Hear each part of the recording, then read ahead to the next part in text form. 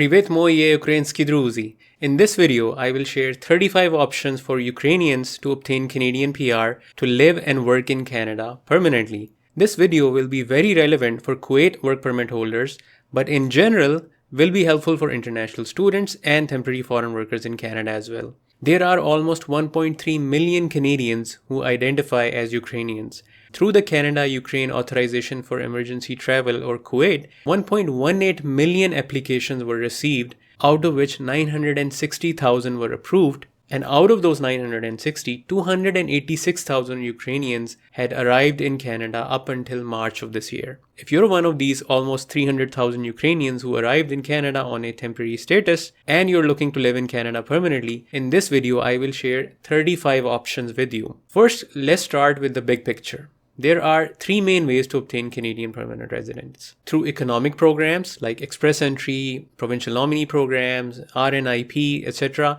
where you demonstrate to the Canadian government that you have the ability to be an employee in Canada, that is, you can do a job based on your skill set, or you have the ability to create jobs for Canadians as a business immigrant. The second way is through family sponsorship, where your spouse, children, and in rare cases, siblings can sponsor you for PR. The third way to become a PR is through the refugee or humanitarian means. And there is a target for how many people will become a Canadian PR each year. This year, this number is 485,000 people, and it is 500,000 for next year. So here is the division of this number by different categories. 280,000 people will become PR through economic immigration programs like Express Entry, PNP, Atlantic Immigration, RNIP, SARDA Visa, etc. 114,000 through family sponsorships for spouses, common law partners, as well as parents. And 76,000 people through refugees and protected persons. 14,000 slots have been allocated to humanitarian and compassionate cases.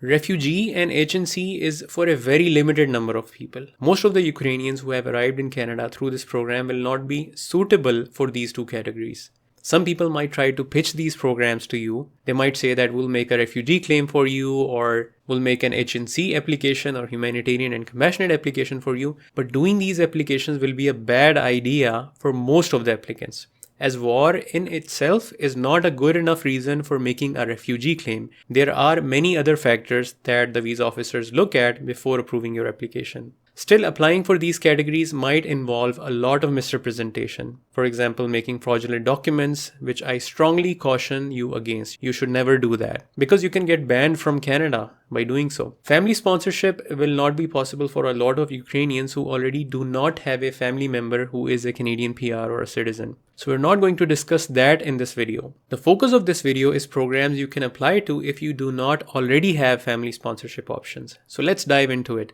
There are two main categories through which you can stay in Canada permanently. As a business immigrant by starting or buying a business, or through skilled worker programs. For business immigration programs, you generally need to have business ownership or management experience and invest a minimum of $100,000 in buying or starting a business. And this investment varies. For some programs, it may be less, depending on the nature of the business and the program. I have a lot of videos in business immigration, so I will link a playlist in the description so you can check them out in detail. Or you can schedule a call with me and I can share relevant options that are more suitable for you. For skilled worker programs, I'll share a number of options. Most of them will be for those who already are working with an employer in Canada or can get a job offer from an employer. These jobs do not need to be based on an LMIA.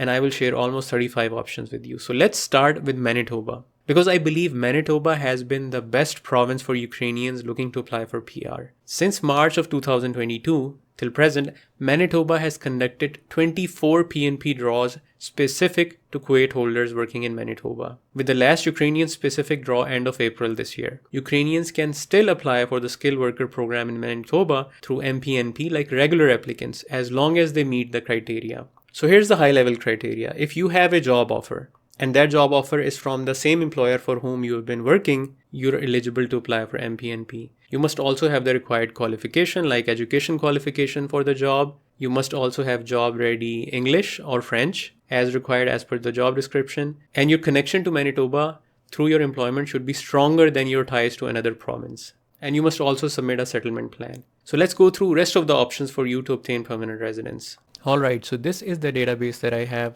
for you. In the first column, I've listed different provinces. The second column contains the name of the program. The third column contains the direct link of the program. For example, in this case, it is OINP job offer foreign worker stream. Just click on the link and it will take you directly to that program. And as you can see, these are all the details.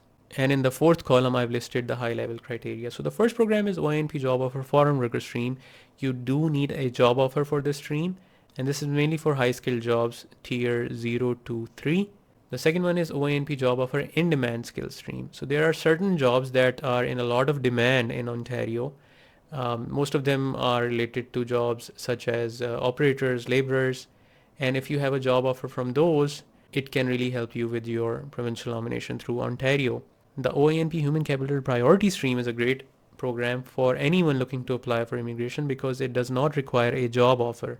These days, certain occupations are in a lot of demand, especially related to healthcare. If you have experience in those healthcare occupations, even if you don't have a Canadian license to practice your occupation yet, you can still apply for this stream and get your PR.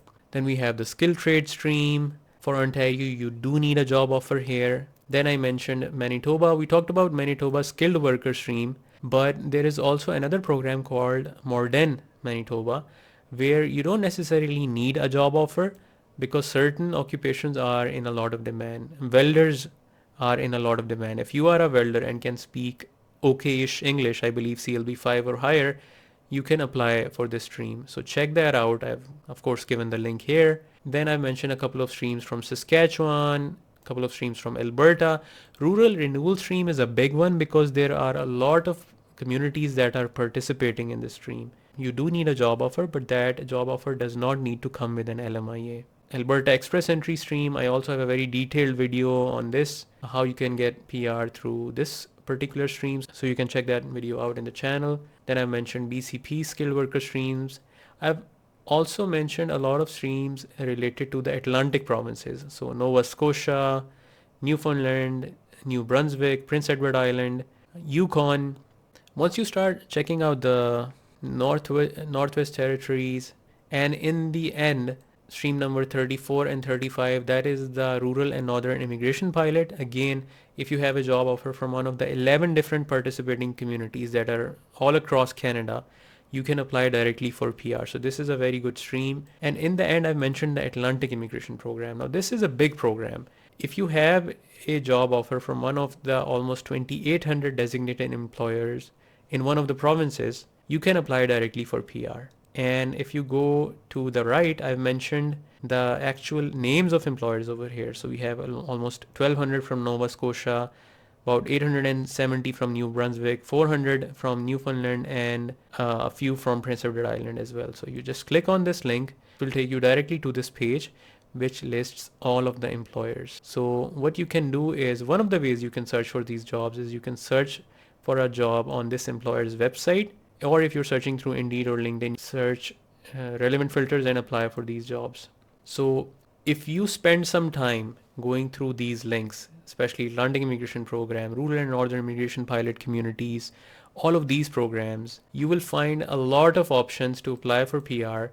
You do need to find a job, but I believe, as my interaction, at least with a lot of Ukrainians, most of the Ukrainians already have a job or they can get a job, because most of these jobs, they don't need an LMIA, right? As long as you can just have a job offer, you can apply directly for a provincial nomination or PR. So I hope this helps. To download this sheet, you can just click on File, Download, and then just save it on your computer.